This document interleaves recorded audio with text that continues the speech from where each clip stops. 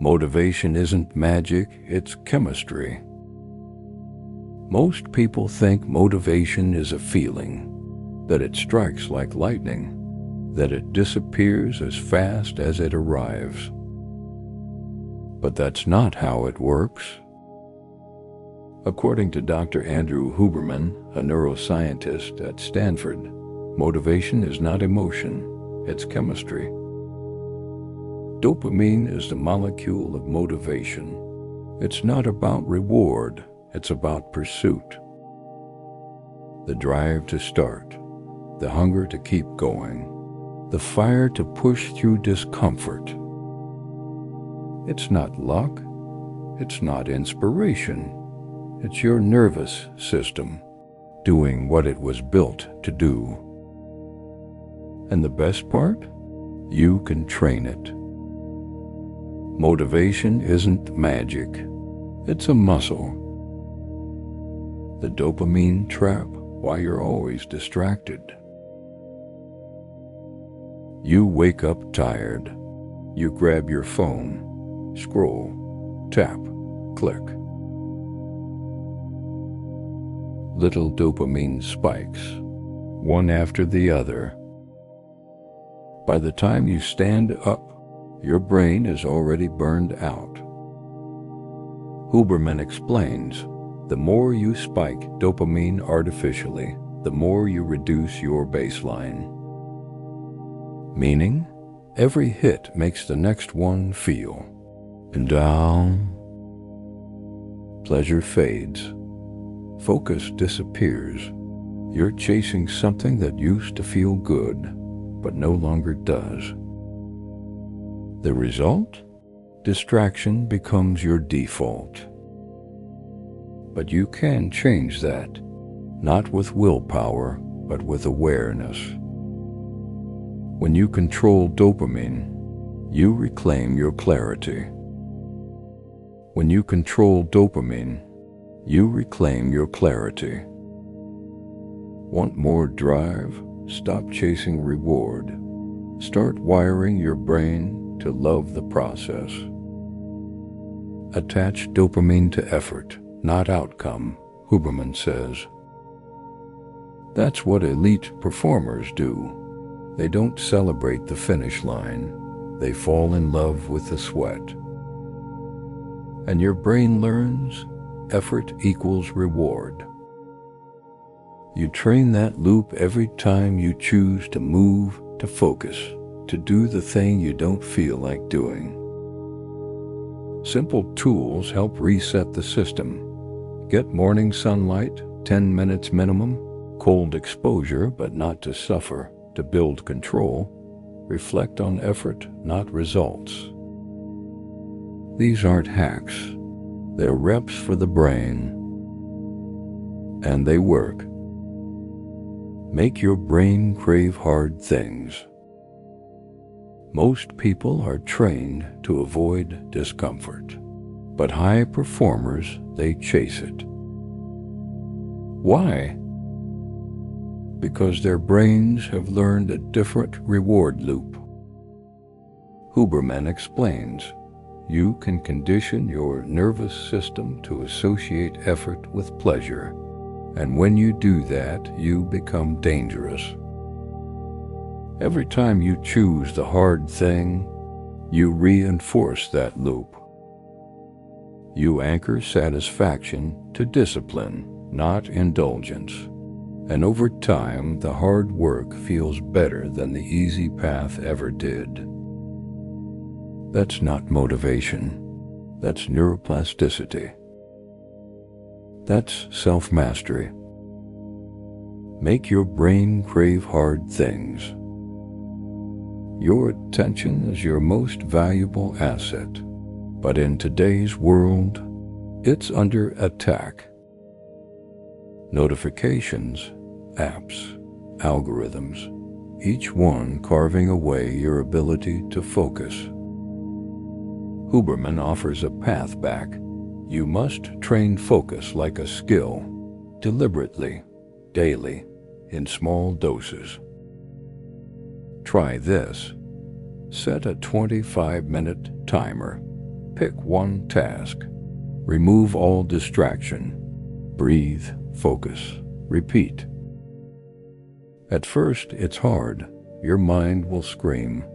But the longer you hold the moment, the stronger you get. Focus is not a trait, it's a practice. And those who train it own the future. Stress is not the enemy, misuse is. Stress has a reputation, something to avoid, but that's incomplete. Huberman reframes it. Stress, when dosed correctly, makes you sharper, faster, more focused. It's a stimulus for adaptation. Like cold, like effort, like failure. It's not the stress, it's how you use it. Short, controlled spikes of stress train your system. They prepare you, harden you, sharpen you. But chronic stress, that's the killer, because it's not the weight that breaks you, it's carrying it non-stop.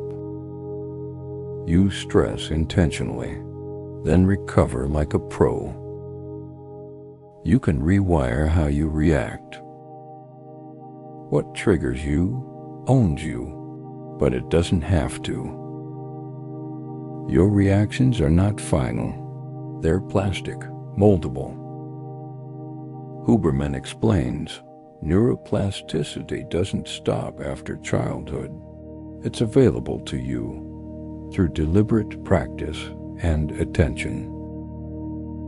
That means you can build calm, you can slow your breath, you can pause before the old reaction grabs hold.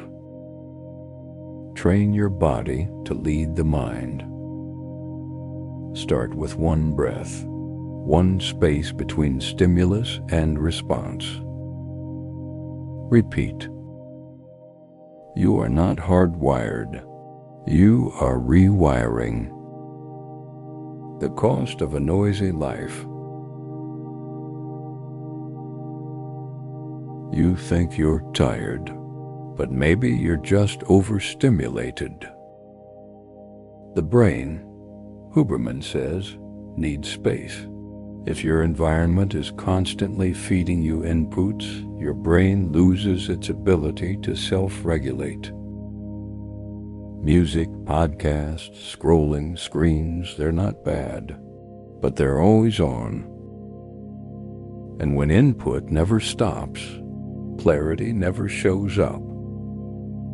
So build quiet into your rhythm. Walk without headphones. Drive in silence. Let boredom stretch. In that stillness, you remember what matters. You're not tired, you're undisciplined with energy. Exhaustion isn't just physical. It's cognitive, emotional, hormonal. Huberman breaks it down. Energy is governed by rhythms, circadian, ultradian. When you violate them consistently, fatigue becomes your default. You're not broken. You're misaligned. Too much screen time at night. Too little light in the morning. No movement. No real rest. Want more energy? Train your rhythm. Block your day. Respect your cycle. Reset your baseline. You'll wake up with more than motivation. You'll wake up with momentum.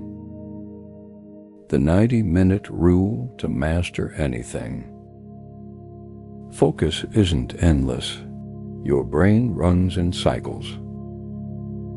Huberman teaches you get 1 or 2 blocks of peak mental performance per day, usually 90 minutes long. That's it. Not 12 hours of multitasking, not constant hustle, but one focused block with intensity, purpose, and no distraction. That's where mastery begins. So stop trying to work all day. Start working well for part of the day. You'll get more done and more of yourself back. Action changes your brain. Thinking doesn't rewire you. Action does. Huberman says the nervous system learns by doing.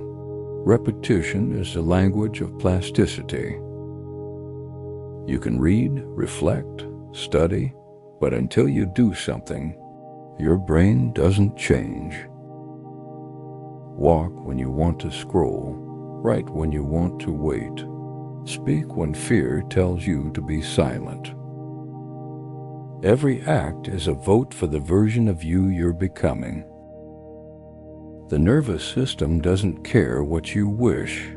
It remembers what you repeat. Walk the path, even without the feeling. You won't always feel like it. That's the truth. The goal isn't to feel motivated. It's to move without motivation. Huberman reminds us, forward movement itself triggers dopamine release. You don't need to feel good to get going. Getting going makes you feel good. Action first, feeling second. So take one step, one breath, one choice. That's where discipline begins and transformation follows.